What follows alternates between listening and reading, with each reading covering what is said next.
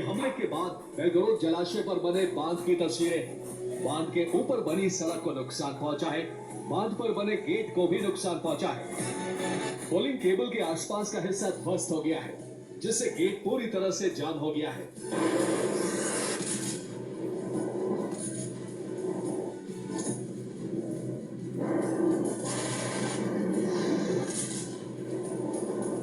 इस हमले के बाद जलाशय के आसपास के इलाके में रेड अलर्ट जारी कर दिया गया। आसपास के इलाकों को तुरंत खाली करवाया गया और इंजीनियर्स की टीम जलाशय की मजबूती और दीवारों की जांच के लिए पहुंची।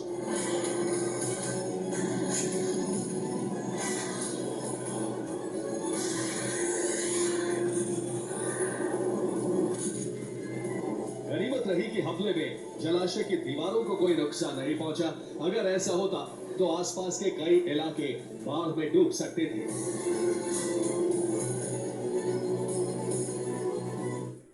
बेलगोरोद में मौजूद जिस जलाशय पर हमला किया गया वो यूक्रेन बॉर्डर से करीब 20 किलोमीटर दूर है। ये जलाशय सिवर्स्की डोनेट्स नदी पर बना है। इसका निर्माण साल 1985 में किया गया था।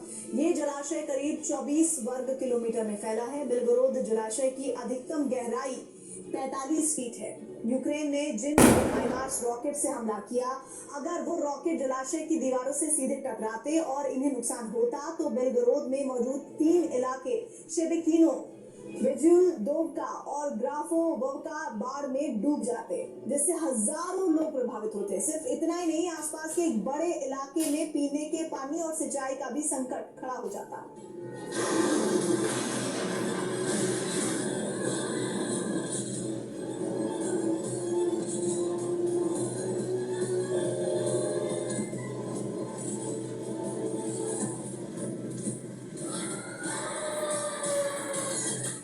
जलाशय ही नहीं, यूक्रेन ने बेलगोरोद के एक बड़े बिजली सब स्टेशन पर भी ड्रोन हमला किया। हमले के बाद सब स्टेशन में आग लग गई, जिसके बाद से कई इलाकों की बिजली गुल है। यूक्रेन ने वोल्गोग्राद के बिजली सब स्टेशन पर भी हमला किया है। ये हमला भी कामयाब रहा।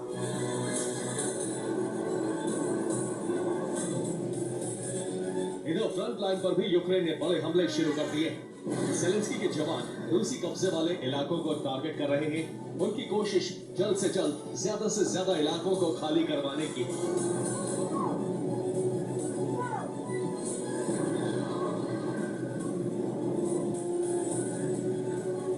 डोनेट्स्क के टॉस्के में यूक्रेनी सैनिकों ने कब्जा कर लिया है।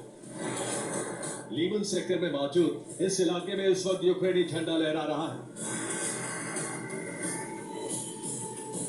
यूक्रेन ने न सिर्फ इस इलाके पर कब्जा किया, बल्कि रूसी सेना को भी जबरदस्त नुकसान पहुंचाया।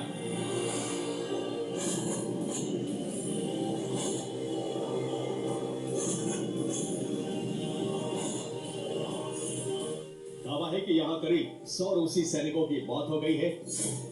कई रूसी सैनिकों को बंदी बनाया गया है। करीब 10 टैंक तबाह कर दिए गए। कई बख्तरबंद वाहन भी नष्ट कर दिए गए।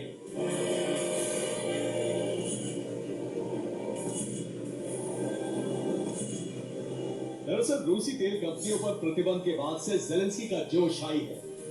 यूक्रेनी राष्ट्रपति को उम्मीद है कि वो जंग में पुतिन को बैकफुट पर ला सकते हैं। यही वजह है कि ज़ेलेंस्की के जवानों ने जंग में हावी होने की कोशिश शुरू कर दी है।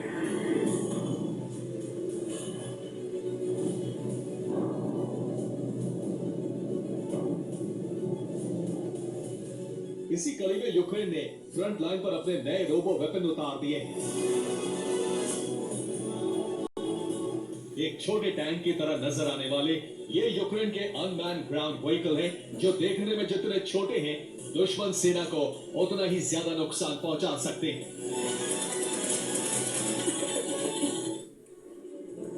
यूक्रेन के इस नए हथियार का नाम ड्रोइड है। ये एक UGV है, यानी अनमैन्ड ग्राउंड व्हीकल। इसे 25 किलोमीटर दूर से एक रिमोट के जरिए ऑपरेट किया जा सकता है। ड्रोइड में 12.7 mm की मशीन गन लगी है, जो एक बार में 300 राउंड फायर कर सकती है। यूक्रेन के UGV में थर्मल इमेजिंग कैमरा लगा हुआ है, जिससे ये रात के वक्त में भी काम कर सकता है।